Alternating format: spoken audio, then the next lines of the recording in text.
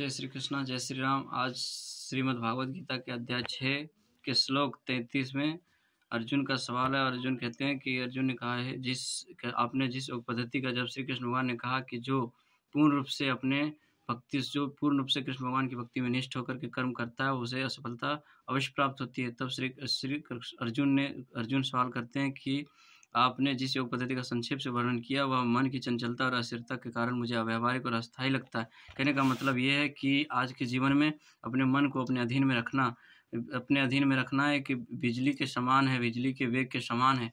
इसलिए अस्थिर मन को, चंचल मन को हमेशा अब किसी न किसी कार्य में उत्तेजना होती ही रहती है।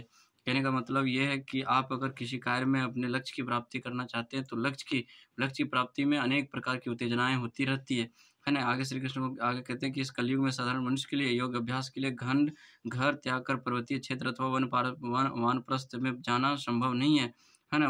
वर्तमान समय में अल्प आयु के लिए घोर संघर्ष चल रहा है। अपने जीवन को जीवन यापन करने के लिए ही व्यक्ति अपने जीवन में नित्य कर्म में प्रविष्ट हैं। आगे कहते हैं कि कहते हैं कि क्योंकि हे कृष्ण, मन बड़ा चंचल, द्वेकार और बलवान और दीर्घग्राही है। इस कारण मुझे मन को वश में करना वायु को वश में करने जैसा भी कठिन लगता है। कहता है क्या कि आप जिस योग का पद्धति का मुझे वर्णन किया, जिसके द्वारा आपने बताया कि लक्ष्य की प्राप्ति हो सकती है, वह बड़ा दुख शायद लगता है क्योंकि मन बड़ा चंचल और द्वेकार है, बलवान और दीर्घग्राही है।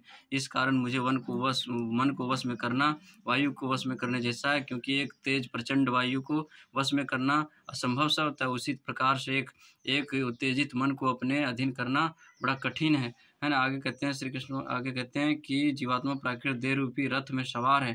कहता है क्या कि ये जो जीवात्मा है, जो इसका शरीर है, वो क्या है, वो एक रथ है और जो बुद्धि है वो उसका सारथी है जो उसको चला रहा है। लेकिन मन जो है वो एक लगाम है जिसको रोकना है, और घोड़ा जो है एक इंद्रिय है।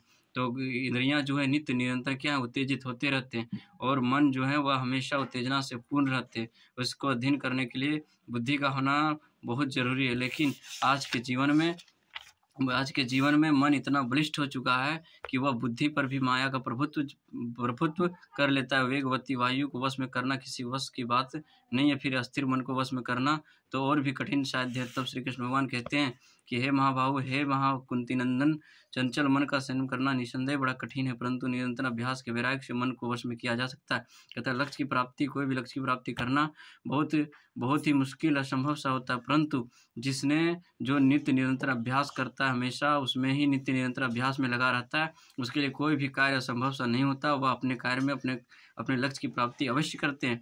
कहता है क्या कि इस अभ्यास का स्वरूप जानना आवश्यक। वर्तमान कलयुग में तीर्थवास, परमात्मा का ध्यान, मन तथा इंद्रियों का निग्रह, ब्रह्मचार्य, एकांतवास आदि कठोर विधि विधानों का पालन नहीं हो सकता, परंतु कृष्ण भगवान के अनुशीलन से मनुष्य नवधा भक्ति रस के परायण में हो जाता है। भक्ति में सबसे पहले कृष्ण कथा का श्रवण करना अति आवश्यक है। कहता है कि लक्ष्य की प्राप्ति करने के लिए हमेशा नित्य निरंतर उसका स्मरण होना अति आवश्यक है। आगे कहते हैं कि जिसने मन को वश में नहीं किया है उसके लिए स्वरूप साक्षात्कार को प्राप्त होना कठिन है, परंतु जीते हुए मन वाले के लिए उपयुक्त साधन करने पर सफलता निश्चित है, ऐसा मेरा मत है। श्री कृष्ण भगवान कहते हैं कि जो व्यक्ति अपने लक्ष्य की प्राप्ति के लिए खुद पर विश्वास कर लिया है, खुद पर विश्वास है, जो अपनी शक्ति को पहचान लिया है, जो अपनी शक्ति के स्वरूप को जानता है, वह व्यक्ति निसंदेह सफल होता है। ऐसा श्री कृष्ण भगवान का मत है। कहने का मतलब ये है कि योगाभ्यास का प्रयत्न करते हुए भी मन से विषय भोग के परायण रहना, अग्नि पर जल उड़ेलते हुए साथ साथ उसे प्रज्वलित करना,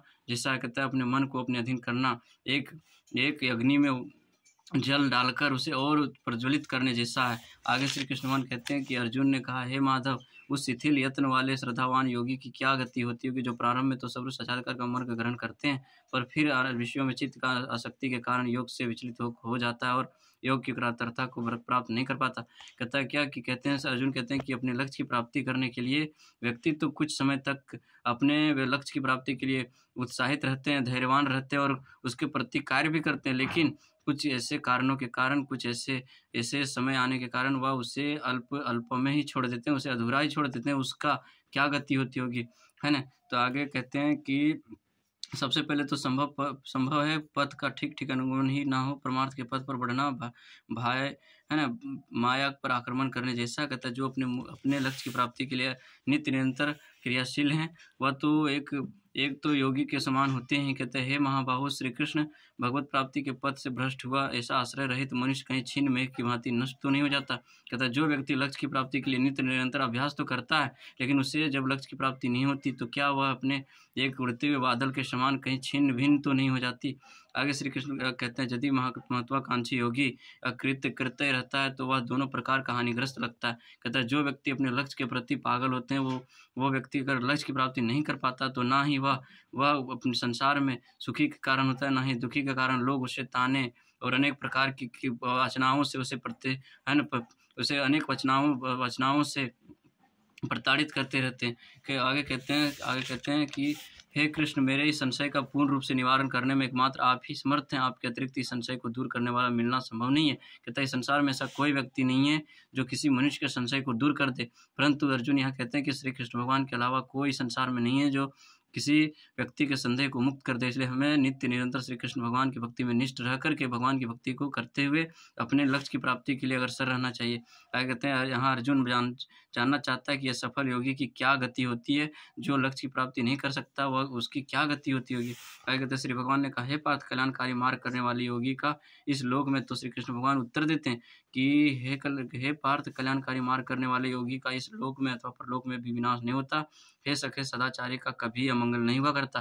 कहता है, जो अपने लक्ष्य की प्राप्ति के लिए है ना नित्य निरंतर अभ्यास करता है, जो भगवान की भक्ति में निष्ठ है, उसका कभी अमंगल नहीं होता, ना ही कभी उसका कोई हानि होती है ना। आगे कहते हैं, संपूर्ण सांसारिक आशाओं को त्याग कर जो पूर्ण रूप से हरि चरणारसित हो जाएगा, उस भक्त के लिए हानि अथवा पतन रूपी अमंगल की आशंका नहीं रहती।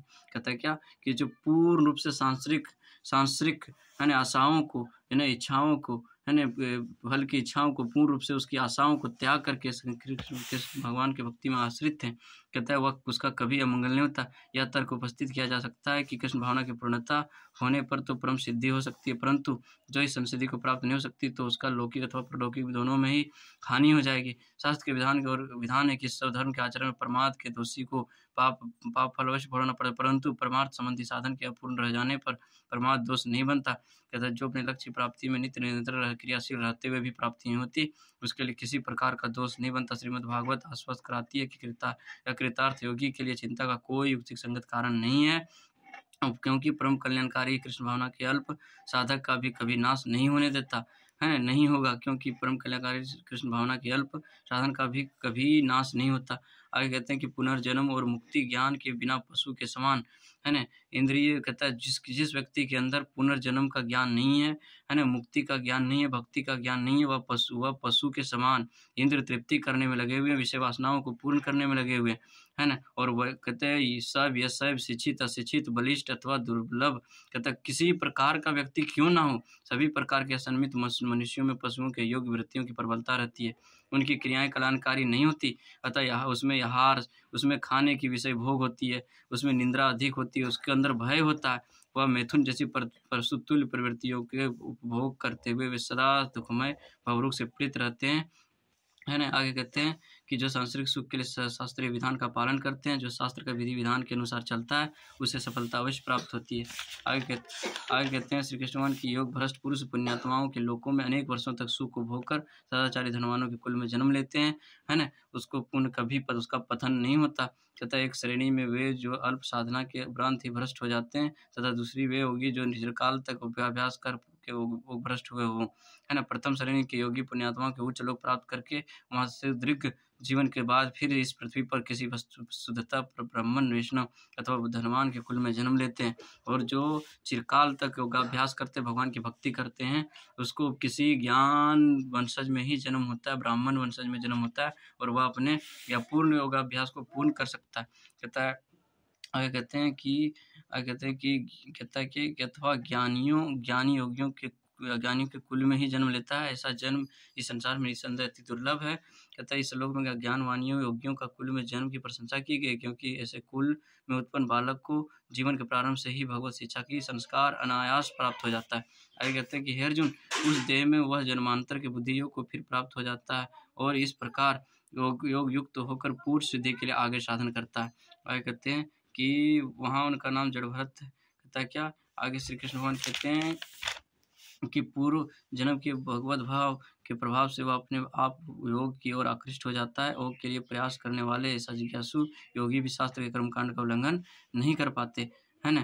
कहता है क्या, हे प्रभु, जो आपके पावन नामों को ग्रहण करते हैं वे चाहे चंडाल कुल में ही क्यों जन्म न उत्पन्न हुए हों, पर उनका सब परमार्थ सफल हो चुका है ना? क्या कहते हैं श्री कृष्ण भगवान, कहते हैं कि जो व्यक्ति पूर्ण रूप से भगवान की भक्ति में निष्ठ है उसका कभी अमंगल नहीं होता। इसलिए हमेशा भगवान की भक्ति करते हुए चाहे कितना ही अपने कार्यों में लीन क्यों ना हो, कितना ही कार्यों में व्यस्त क्यों ना हो अपने कार्यों में, उस अपने कर्म को करते हुए कृष्ण भगवान की भक्ति के लिए किसी न किसी एक समय को चुने और उसके द्वारा अपने जीवन को सार्थक बनाएं। जय श्री कृष्ण, जय श्री राम। आपका दिन शुभ हो, मंगलमय हो, आपका दिन शुभ हो, मंगलमय हो, आपका जीवन मंगलमय हो। जय श्री कृष्ण, जय श्री राम, जय बजरंग बली।